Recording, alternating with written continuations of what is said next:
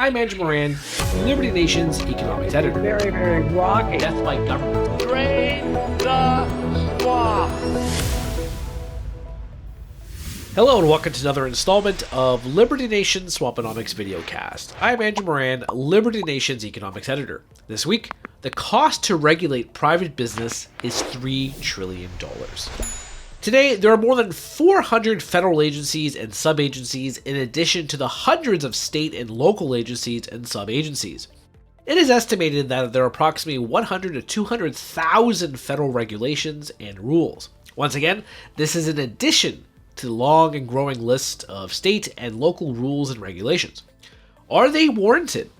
Many economists will grieve that they stifle innovation, strangle growth, and suffocate competition, since large corporations can afford to navigate the tedious task of reading millions of words while also trying to comply with these rules and regulations. Advocates will argue that these regulations are necessary to ensure the private sector is operating fairly, efficiently, and lawfully. Ha! Of course, this is poppycock, since regulations are another form of public works projects to bolster public payrolls and corporatism to shield big business from the smaller outfits. But another drawback to the egregious amount of regulations is the price tag, a stealth tax on the US economy. According to a recent estimate by the National Association of Manufacturers, the annual cost of this regulatory tsunami is more than $3 trillion. The group broke it down in a recent report.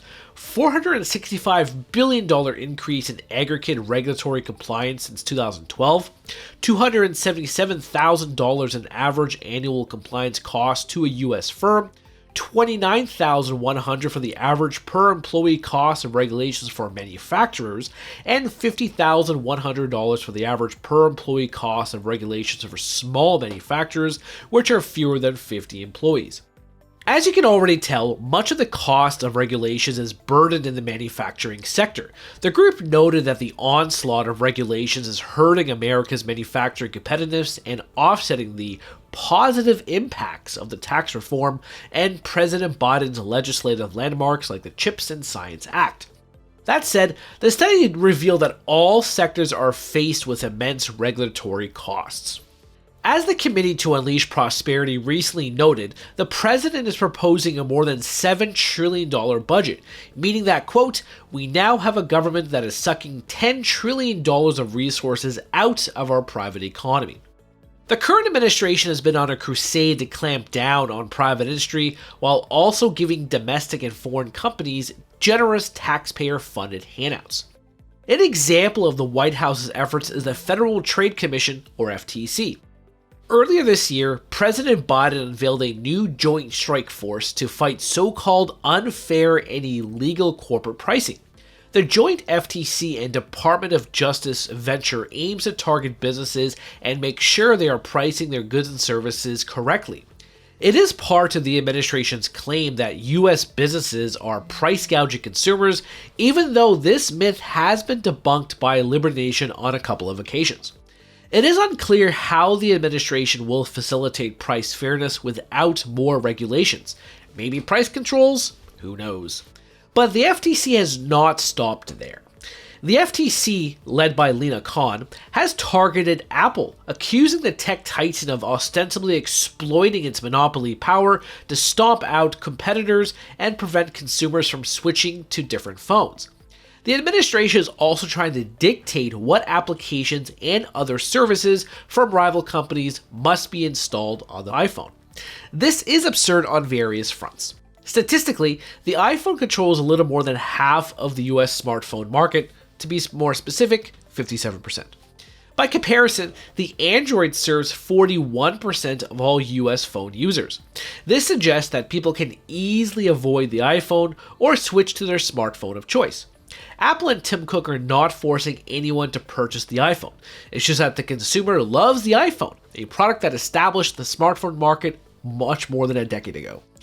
Steve Forbes said it best, quote, Apple is one of America's favorite companies. It doesn't sell a lot of phones by forcing them on consumers, it simply makes a good product.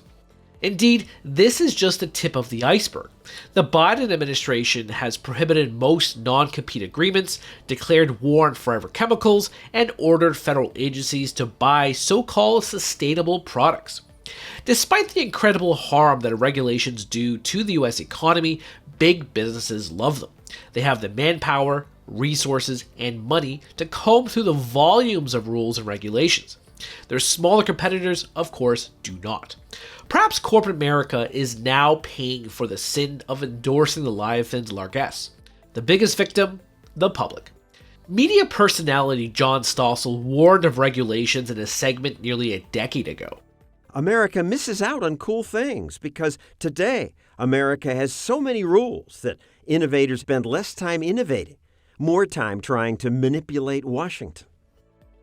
Even Democratic lawmakers have expressed concern, or used to anyway, how regulations can impact growth. Here is Senator Mark Warner of Virginia at a Mercatus Center event 13 years ago. And I don't think a lot of my colleagues on either side of the aisle fully recognizes that America has fallen from 4th to 5th in terms of international competitiveness rankings. And remarkably, the country that passed us was the UK. I kind of grew up with the idea that old England was the epitome of bureaucracy and regulations, where in a sense that one of the reasons that the UK has passed the United States in terms of international competitiveness is that both under the Labour government and under the Conservative government, regulatory reform has been a focus for the last 4 or 5 years. At a time when the United States economy is slowing, inflation is really accelerating, and the government is a top job creator, the regulatory crusade will eventually backfire for the world's largest economy. That's it for me this week. Please read my full Swamponomics column on the pages of LibertyNation.com, and be sure to check out my previous Swamponomics TV videos and interviews. Thank you. I'm Andrew Moran, Liberty Nation's economics editor. Very, very rocky. Death by government. Drain the swamp.